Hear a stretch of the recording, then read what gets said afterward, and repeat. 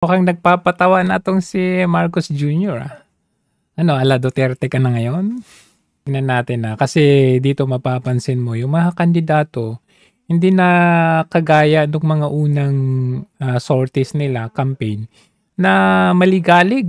Ngayon parang ang lulungkot nila. Tignan natin tingnan nyo.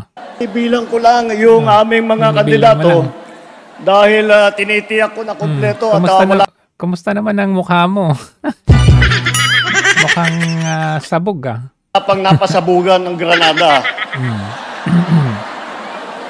Kaya naman wala po kayo maririnig ng mga ganyan. Yan na po ang kaibahan ng alyansa sa lahat ng mga ibang tumatakbo dito sa halalan na ito. Grabing sound effects yan po kayong maririnig na masasamang salita.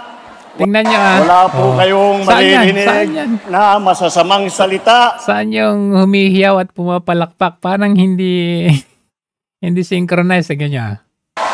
Wala po kayong maririnig na masasamang salita. Wala po kayong maririnig. Tingnan nyo po ang record po nila. Record nila. Ang lagi lang kanilang iniisip ang kapayapaan. Kapayapaan. Speaking of kapayapaan, sampulan nga natin. Kasi pinagyayabang mo yung mga kandidato mo. Kapayapaan, eto ba? Gusto mong sampulan natin? Eto. Kapayapaan pala to ng magkapatid na Binay sa isa't isa. Dagpa sa hidwaan ang palakasan ng palakpak ng mga taga-suporta. Naninindigan siya yan ba yung kandidato mo? Magkapatid, magkaaway. Sila na nga magkapatid. Hindi na nga magkasundo. Paano pa nila pagkasundo ang kanilang constituents? Pero napuno ang salop ng inihayag ni Abby ang kanyang plataforma. Kapayapaan pala natitirang panahon sa ngayong kampanya, ako po'y nakikiusap sa aking kapwa-kandidato. Tigilan na ang pagkakalat ng kasinungalingan. Tigilan na ang pagyuyurak sa aking take note, andyan pa yung tatay nila pagkatao. At kitang iritable na ang dalawa sa isa't isa. Sa puntong iyon, lumapit na ang hepe ng Makati Police. Nakaupo ang kanilang ama at dating vice-presidente na si Jojo Binay sa kabilang dulo ng altar. Pero dahan-dahang lumapit. Pati yung simbahan, di man lang nirespeto. Pumagitna sa mga anak.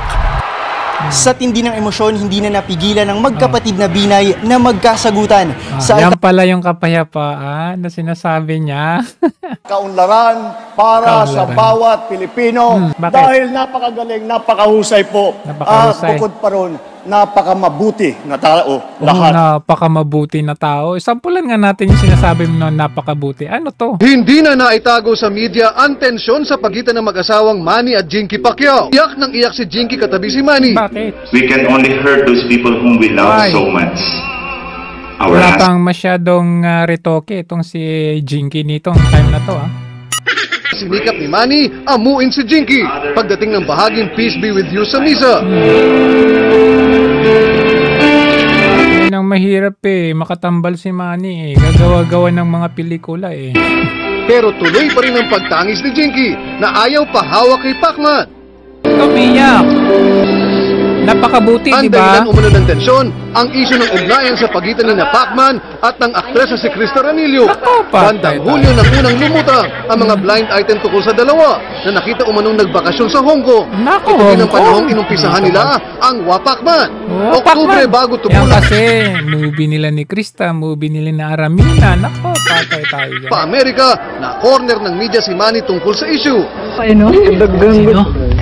Sa Hong Kong ko nakita ko oo, gani. Patay. Guilty. Nakita ramang hain. Comment. No-comment. Nauna nang iginiit ng manager ni Krista na si Arnold Vegafria, close friends lang daw sina Manny at ang leading lady niya si Krista. Napakabuti pala. Ano pa yung sinasabi mo, Marcos? Ng aming kandidato. Saan yung pumapalakpak dyan? Kung iisa-isahin po natin alam naman natin, napakagaling lahat. Narinig nyo na yung kanilang mga achievement doon sa kanilang pinagdaanan ng iba't ibang mga posisyon sa pamahalaan, sa serbisyo publiko. Tingnan natin sila kung masaya sila, parang hindi na sila masaya. Pag pinagsama-sama natin, lahat po na ito, ng napakagaling, ay nako, talaga naman, nakakagulat at nakakatuwa na makita na meron tayong mga nagsiservisyo sa publiko sa bawat Pilipino. Wow. Pakita nga yung nagpapalakpak. Saan? Oh, bakit? Tignan po natin. Walo po sa kanila ay naging senador na. Lahat po yan, ng mga yan. dumaan na sa Senado. Kaya naman po, pagka nailuklok na sila sa kanilang... Tingnan nyo, hindi sila masaya, oh. Ba't ka na kayo kumani? Hindi sila masaya. Posisyon bilang senador ulit, ay makikita po natin, hindi na po sila... Bakit, Erwin Tulfo, nakayuko ka? Bong Revilla, anong nangyari? Abalos. Ngisip mo ba yung movie mo? Ba't ka nag-chat-chat dyan, ate? Lacson! Be happy. Nasa alyansa ka. Sila kumakapa-kapa sa kanilang trabaho dahil habang buhay na silang nagseservisyo. Habang buhay na silang nagbubulsa ka mo. Sa inyong lahat. Habang buhay silang magkakamal. Ito naman ang nanggaling sa House of Representatives na naging congressman. Nandito po. Naging Congressman Abalos, Congressman Binay, Congressman Cayetano, Congressman Marcos, Congressman Pacquiao, Congressman Tulfo, at Congressman Villar. At meron din po... Bakit di ka masaya? Paulo Contes, ikaw ba yan? Na naging babae? Bakit di ka masaya? Sa ating mga kasama rito na umupo na sa tinatawag... Tingnan mga tao, kahit mga tao, hindi masaya. Busy yung mga tao, hindi nakikinig. Alam nyo, yung may isang video na nakagip natin na hindi raw doon sa isang rally, doon sa Tagum, hindi raw sila pinapalabas dahil hindi pa raw dumarating si Marcos. Ayaw palabasin, yung pampadami ng audience. Huwag na cabinet rank ganun din bang ginawa sa mga yan? Andyan po ang naging secretary ng DILG, si Secretary Abalos, napakagandang naging performance niya. Bakit pumapalakpak kayo pero hindi kayo masaya? Hindi, tingnan nyo, Tulfo. Yan sa mukha mo. Ano inisip mo? Ang lalim. Bakit itong si Bong Revilla? Bakit? May problema ba kayo? Ba't sino yung mukha mo, Abalos? What happened? Pumapalakpak kayo pero parang wala kayo sa sarili. Tingnan nyo. Diyan din po. Ang lalim na iniisip mo Anyari sa inyo? At naging sirang-sira yung mga pagmumukha naging Secretary Tulfo ng DSWD. At napakita sa atin kaya po. Pati si Tito Soto, bakit di ka masaya? Si Abalos, ang lalim na ini. Napakaganda po ng reputasyon ngayon sa buong mundo ng Pilipinas. Hindi sila masaya, pati mga audience, hindi masaya. Sa administrasyon ito, kaya bakit ang nagsimula niyan. Kasama din natin po si Senator Ping Lacson. Si Senator Ping Lacson. Tignan natin ang namuno. Hindi masaya Si ate masyadong busy sa phone. Sa totoo lang. Di ba hindi naman ganito yung pagmumukha nila noong mga unang rally? Anyari? Pinagalitan ba kayo ni Marcos? O may something ba sa inyo? Rehabilitation Commission. Nagsisisi ba kayo nandiyan kayo sa alyansa? Ay ang nagbigay ng tulong at nagdala ng lahat ng pangangailangan ng mga naging biktima, yung mga nasalanta. Sino? Lahat nagbigay ng tulong. Commission. At siya po ay ang nagbigay ng tulong at nagdala ng lahat ng pangangailangan ng mga naging biktima, yung mga nasalanta nung bagyong Yolanda. Akala ko ba si Tolentino sinasabi mo? Ba't ngayon si Lacson na? Si Lacson ba yung sinabi? Mga Turping Lacson. Ngayon si Lacson na? Nung last time si Tolentino ng sabi niya. Ang namuno ng MMDA? Yolanda Rehabilitation Commission. At siya po ay ang nagbigay ng tulong at nagdala ng lahat ng pangangailangan ng mga naging biktima, yung mga nasalanta si ng Bagyong Yolanda. Ngayon si Lacson. At kasama na rin natin si Senator Tolentino na dumaan din po sa MMDA na makita naman ninyo. Bakit hindi kayo masaya? At parang mismo sila hindi naniniwala. Parang tinatawanan yung sinasabi mo. Sabi ni Tolentino, ha? Ako? Sino ba talaga? Si Lacson ba o ako? Sabi ni Tolentino. Dahil ayaw man. Sabi, pinagsasabi nito? Napakahirap po na trabaho yan. Hindi naniniwala. Banggit ni Ben, sabi niya, ni Mayor Benhor, ni Secretary Benhor. Sabi ni Tolentino, sino ba talaga? Ako ba o si Lacson? Sabi nga niya, ang kanyang tinutulungan pag MMDA ka ay lahat ng mga mayor, lahat ng mga iba't ibang lungsod, lahat ng iba't ibang bayan na nasasama sa Metro Manila. Kaya po, ngunit yung mahirap na trabaho yan ay nagawa niya at maganda ulit ang kanyang performance. Alam nila ang gobyerno, natin to, kabisado nila mula sa matataas na posisyon at hindi na tingnan mo parang sirang-sirang mga pagmumukha nila. Ate! Na magbasa, daldal ng daldal, gawa lang sila ng gawa. Trabaho lang sila ng trabaho. Panggulo. Wala silang iniisip na pagwatak-watakin ang Pilipinas.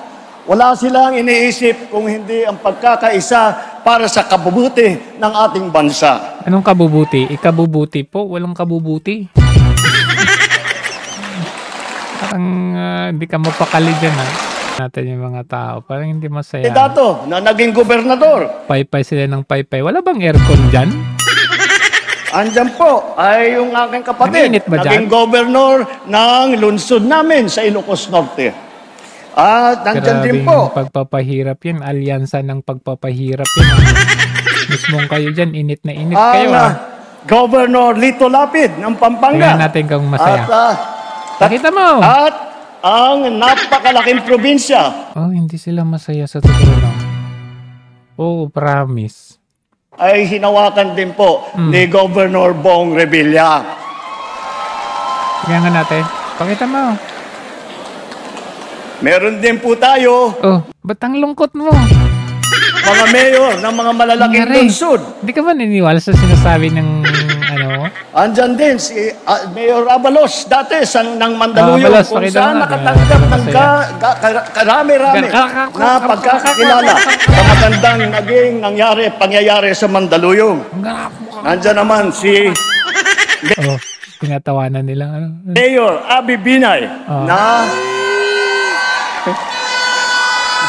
Mayor Abby Binay na maraming dalampala galing sa Makati. At siya po ginawa nila sa Makati. Naungusan na nga sila ng Tagigi. Tente Soto na galing naman sa Cebu. At hindi lamang yun. Parang hindi si sila Senator Soto rin ay dumaan din sa LGU, dumaan din sa local government. Ay Vice Mayor naman siya ng Quezon City. Ito na kaya yung sinasabi ni Amy Marcos na independent ako, nagklaro lang ako sa alyansa na hahayaan ako na magsalita ng gusto ko at hindi ako sang-ayon sa lahat ng nasasabi sa entablado. Pero pupunta ako lalo na't mga kaibigan nga yung nag-host ng ibang rally. As a general rule, ayoko kasi nagbabanatan sa eleksyon. Para sa akin, very self-defeating and unconstructive. Yung bira ng bira, mas maganda para sa akin, ipaliwanag mo kung ano ang nagawa mo at ano pa ang plano mong gawin para makatulong sa tao, para iboto ka. So, yun kung pagbabasehan natin yung self-defeating na sinasabi niya, para sa akin, sa tingin ko, isa sa reasons kung bakit ganun yung mga pagmumukha ng mga alyansang kandidato na yan dahil nakita nila kung sino or yung isa sa mga reasons kung bakit nanalo itong si Marcos Jr. Bukod dun sa pagiging tandem with VP Sara, yung sinasabi nilang negative campaigning. During that time, maraming mga pambabatikos at paninira kuno na totoo naman laban kay Marcos sa mga Marcoses during that time. So, ang mga tao naman, tinitignan nila kung sino yung sinisiraan. Yun yung kanilang paborit, yung kanilang manok. Which is, yun yung kanilang dumaan sila sa ganyan eh. 'Di ba? Pero itong si Marcos Jr. tila nagka-amnesia at nakalimot na yung ginagawa sa kanya noong 2022 na nagpanalo sa kanya, yun naman ginagawa niya ngayon sa kanyang mga katonggali, which eventually baka yun yung magpapatalo sa kanyang mga manok. Kaya nakita ninyo yung mga pagmumukha nila, ganyan na lang na parang sira yung pagmumukha nila, no? But sa tingin ninyo, kayo po, ano sa tingin ninyo? Bakit parang malungkot, parang sira yung mukha ng mga kandidato ni Marcos Jr. dito? Sige po, comment nyo dyan sa baba.